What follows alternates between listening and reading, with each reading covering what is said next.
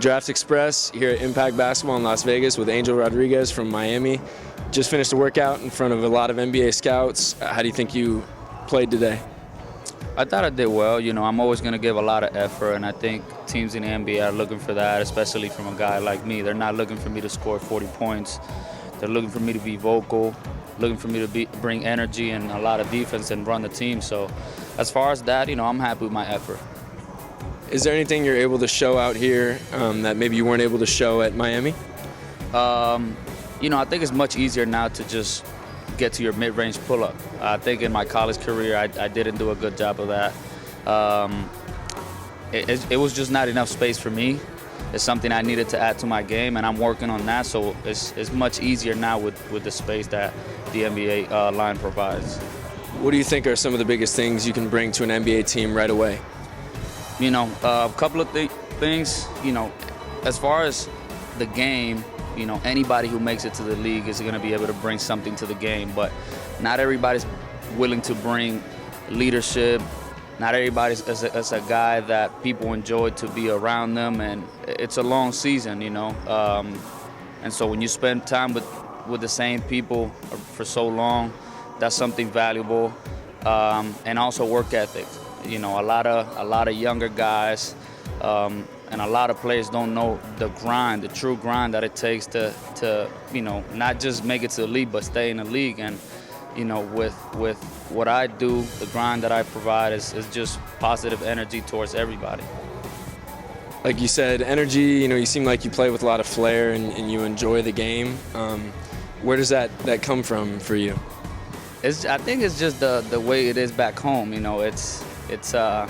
It's like I say in Spanish, it's like a jungle out there, and only the strong survives.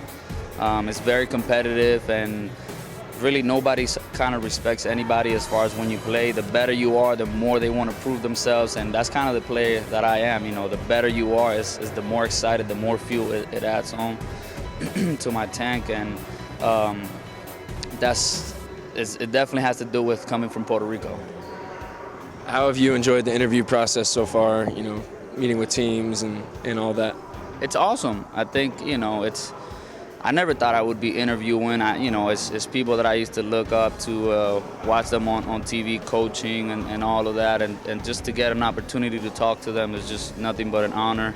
And it lets me know how far I've come, and it also motivates me to keep striving for more. But I'm just enjoying it. All of this is nothing but opportunities for me to just showcase my talent. Who did you kind of idolize as a player, growing up, and what is basketball like in Puerto Rico? I definitely idolize Carlos Arroyo because he's from Puerto Rico. He had a tremendous career, and he's still playing ball. And right now it's JJ Barea. But I feel like my game is a little more like Arroyo. I think, JJ is certainly the motivation, but I think also the difference between them and myself is that I actually enjoy to play defense and just, be a dog. And not that they don't, but I don't think it's a priority to them, and it is certainly to me. What are some of the biggest areas you think, you still have room to improve in your game? Well, I certainly got to, be more consistent shooting the ball from a three-point line. It's a further range now. I still got to work on my mid-range, which I'm doing now, and just taking care of the ball. But I think teams do a very good job in the NBA at putting you in positions where you're going to be very successful.